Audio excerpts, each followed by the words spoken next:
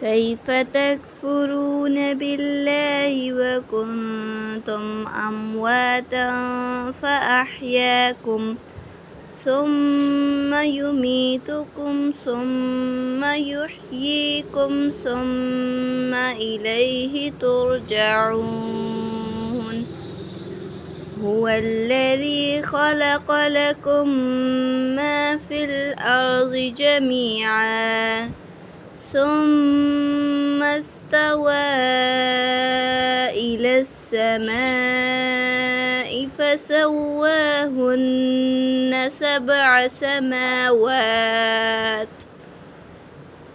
وهو بكل شيء عليم. اعوذ باللہ من الشیطان الرجیم بسم اللہ الرحمن الرحیم رب اشرح لی صدری ویسر لی امری واحلل عقدۃ من لسانی یفقہوا قولی۔ سورہ بقرہ آیت نمبر 28 ہے۔ کیف تکفرون باللہ وکنتم امواتا فاحیاکم ثم یمیتکم ثم یحییکم ثم الیہ ترجعون۔ تم کیسے اللہ تعالیٰ کے ساتھ کفر کرتے ہو حالانکہ تم بے جان تھے، تو اس نے تمہیں زندگی عطا کی، پھر وہ تمہیں موت دے گا، پھر وہ تمہیں زندہ کرے گا، پھر اسی کی طرف تم لوٹائے جاؤ گے۔ اللہ تعالیٰ یہاں پہ واضح کر رہے ہیں کہ کیسے آپ انکار کر سکتے ہیں، کیسے ہم لوگ انکار کر سکتے ہیں اس بات کا کہ ہم پہلے تو مردہ تھے اور پھر اللہ تعالیٰ ہمیں عدم سے وجود میں لے کر آئے۔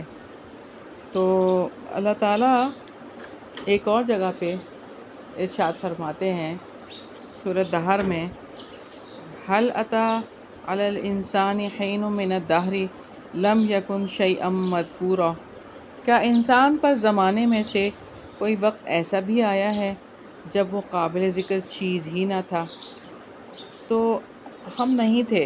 اللہ تعالیٰ اس حقیقت کو ہمارے سامنے رکھ رہے ہیں کہ اس دنیا کی زندگی میں ہر طرح کا اللہ تعالیٰ نے ہمیں رزق عطا کیا، پھر وہ موت دے گا، پھر قیامت کے بعد دوبارہ ہم کو زندہ کرے گا، پھر اسی کی طرف ہم سب لوٹ کر جائیں گے، اور یہ کہ پورا جو اعمال ہم نے کیے ہوں گے اس کا بدلہ پورا ملے گا۔ تو اللہ تعالیٰ خالق ہیں، مالک ہیں، تو ہم سب کی زندگی پر تصرف کا اختیار رکھتے ہیں۔ موت اللہ تعالیٰ کے ہی ہاتھ میں ہے اور اللہ تعالیٰ کے ہی فیصلے ہیں جو ہم سب پر نافذ ہوتے ہیں۔ تو جب اسی کی تدبیر کے تحت ہم زندگی بسر کرتے ہیں دنیا میں، اسی کے دینی احکامات اور آخرت میں اس کے جو احکامات جو بھی اللہ تعالیٰ نے بتا دیا ہے اس کے تحت اگر ہیں تو پھر بھی اس کا انکار کریں گے۔ یعنی دنیا میں اللہ تعالیٰ ہمیں جو بھی کچھ دے رہا ہے ہماری تقدیر لکھی جا چکی ہے، اور یعنی ہمیں زندگی اتنی ہی ملے گی جتنی لکھی ہوئی ہے، اس سے زیادہ نہیں مل سکتی۔ اور یہ کہ آخرت میں جب ہم دوبارہ زندہ اٹھائے جائیں گے تو وہ اللہ تعالیٰ کو ہی پتہ ہے نا، وہ سارا کچھ ہے، ہمیں پتہ بھی ہے کہ یہ سب کچھ ہونے والا ہے، پھر بھی اس کا انکار کریں گے؟ کیا یہ حماقت نہیں ہے؟ کیا مخلوق کے لیے خالق پر ایمان لانا، اس کا خوف رکھنا، اس سے امید رکھنا، اس کا شکر ادا کرنا لازم نہیں ہے؟ ہمارے لیے لازم نہیں ہے کیا کہ ہم یہ سارے کام کریں اللہ تعالیٰ کے لیے؟ اور یہاں پہ کفر سے مراد ہے اس آیت میں اللہ تعالیٰ کا انکار۔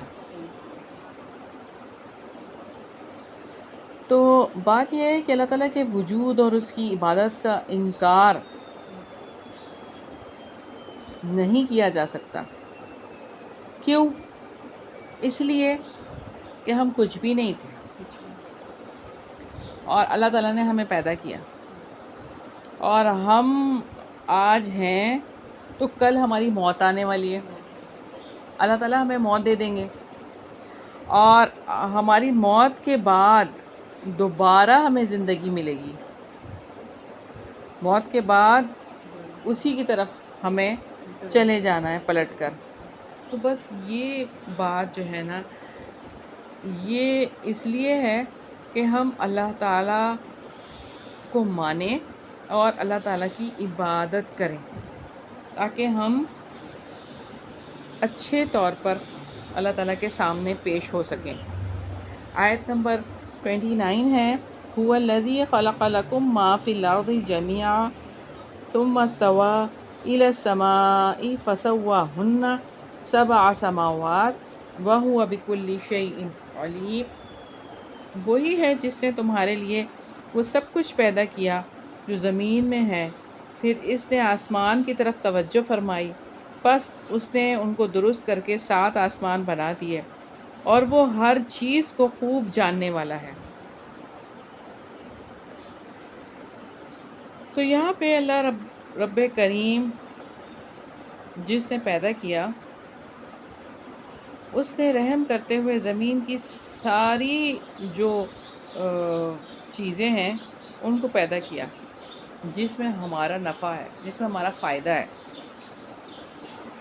جیسے کہ ہم دیکھتے ہیں ایک جگہ سورہ فصلت میں اللہ تعالیٰ فرماتے ہیں، اور اس میں اس کی غذائیں اندازے سے رکھ دیں 4 دنوں میں۔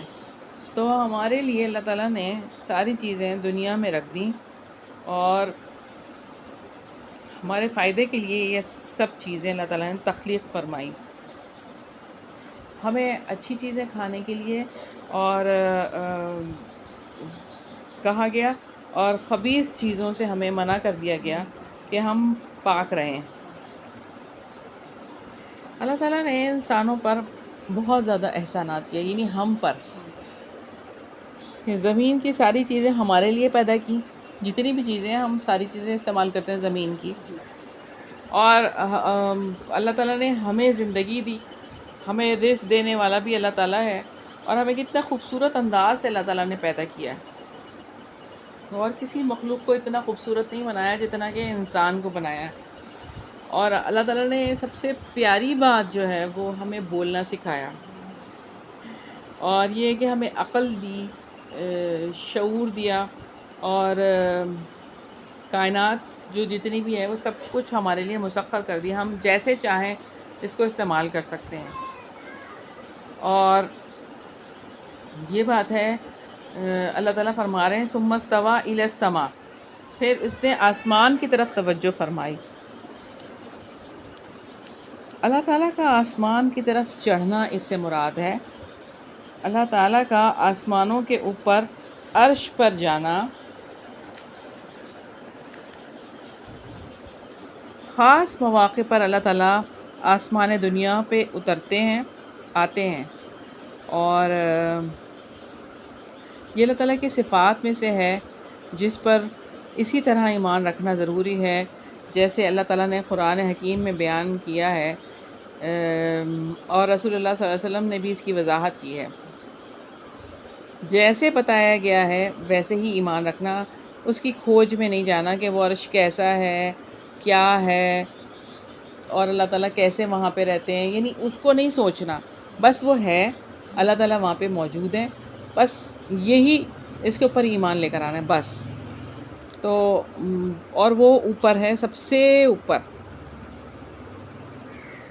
عرش جو ہے وہ کہتے ہیں وہ چھت ہے، یعنی کہ سب سے بلند، آسمانوں سے بھی اوپر، بہت اوپر، اور ہم نہیں جانتے کہ وہ کیا ہے، وہ کیسا مادہ ہے، اور اس کی کوئی بھی صحیح بات جو ہے وہ کوئی بھی اس کے بارے میں کسی قسم کی کوئی حدیث نہیں ہے، اور ہمیں اس کی وضاحت نہیں ملتی اللہ کے عرش کے بارے میں۔ بس ہمیں یہ پتہ ہے کہ اللہ تعالیٰ عرش پر ہے اور وہ سب سے اوپر ہے۔ پھر اللہ تعالیٰ فرما رہے ہیں فَسَوَّاهُنَّ سَبْعَ سَمَاوَاتٍ، پس اس نے ان کو درست کر کے 7 آسمان بنا دیے، یعنی اللہ تعالیٰ نے 7 آسمانوں کو پیدا کیا، پھر انہیں بہت مضبوط کر دیا۔ تو آسمان کا ایک مادی وجود ہے، یعنی وہ موجود ہے، اور صرف بلندی کو آسمان نہیں کہتے کہ اوپر آسمان ہے، نہیں، آسمان واقعی ہے، اس کا وجود ہے، اور 7 آسمان اللہ تعالیٰ نے بنایا ہے۔ 7 سماوات کی بات کی ہے اللہ تعالیٰ نے نا، 7 آسمان۔ تو حدیث میں اگر ہم دیکھیں تو 2 آسمانوں کے درمیان 500 سال کی مسافت ہے۔ 2 آسمانوں کے درمیان 500 سال، یعنی 500 سال آپ چلتے چلے جائیں تو پھر دوسرا آسمان آتا ہے، اتنا گیپ ہے۔ وَهُوَ بِكُلِّ شَيْءٍ عَلِيمٌ، یعنی اللہ تعالیٰ ہر چیز کا کلی اور جزوی علم رکھتا ہے، کلی کا یعنی سب کا، جزوی جو ایک ایک کا بھی۔ ایک جزوی ایک۔ آپ دیکھیں اللہ تعالیٰ فرماتے ہیں سورہ حدید میں، وہ جانتا ہے جو زمین کے اندر داخل ہوتا ہے اور جو اس سے نکلتا ہے، اور جو آسمان سے اترتا ہے، اور جو اس میں چڑھتا ہے، اور اللہ تعالیٰ جانتا ہے جو کچھ بھی تم چھپاتے ہو اور جو کچھ بھی تم ظاہر کرتے ہو۔ اگرچہ آپ بلند آواز میں بات کریں، یقیناً وہ پوشیدہ اور پوشیدہ تر کو بھی جانتا ہے، یعنی وہ جو چھپا ہوا ہے اور چھپا کے جو رکھا ہوا ہے اس کو بھی جانتا ہے۔ کیا وہی نہیں جانتا جس نے پیدا کیا، اور وہ نہایت باریک بھی خوب باخبر ہے۔ تو ساری مخلوقات کو پیدا کرنا اس کے علم، حکمت اور اس کی قدرت کی دلیل ہے۔ ہاں جی، اور اللہ تعالیٰ نے اپنے علیم ہونے کا شعور دلایا ہے آیت میں، کہ اللہ تعالیٰ علیم ہیں، سب کچھ جانتے ہیں، یعنی جس نے سب کو پیدا کیا وہ ان سب کے بارے میں علم بھی رکھتے ہیں۔ استوا الی السماء سے اللہ تعالیٰ نے اپنے علیم ہونے کا شعور دلایا ہے کہ اللہ تعالیٰ اپنے علم کی وجہ سے ہر چیز پر حاوی ہیں، اور 7 آسمانوں کی پیدائش سے بھی اللہ تعالیٰ نے اپنے علیم ہونے کا شعور دیا ہے کہ اس نے اپنے علم کی بنیاد پر آسمانوں کو ٹھیک ٹھیک بنایا۔ تو ہمارا کام کیا ہے؟ ہمارا کام یہ ہے کہ ان سب چیزوں پر ایمان لے کر آنا، جو چیزیں بتا دی ہیں، جو واضح طور پر بتا دی ہیں، اس پر بھی ایمان لے کر آنا، اور جو واضح طور پر نہیں بتائی ہیں لیکن ایسی ہی بات ہے جیسے کہ اللہ تعالیٰ کا عرش، اب وہ عرش کیسا ہے اس کی بات نہیں کرنی، بس یہ وہ ہے، اس کو مان لینا ہے۔ ٹھیک ہے، یہاں پہ ہمارا رکوع مکمل ہو گیا الحمدللہ۔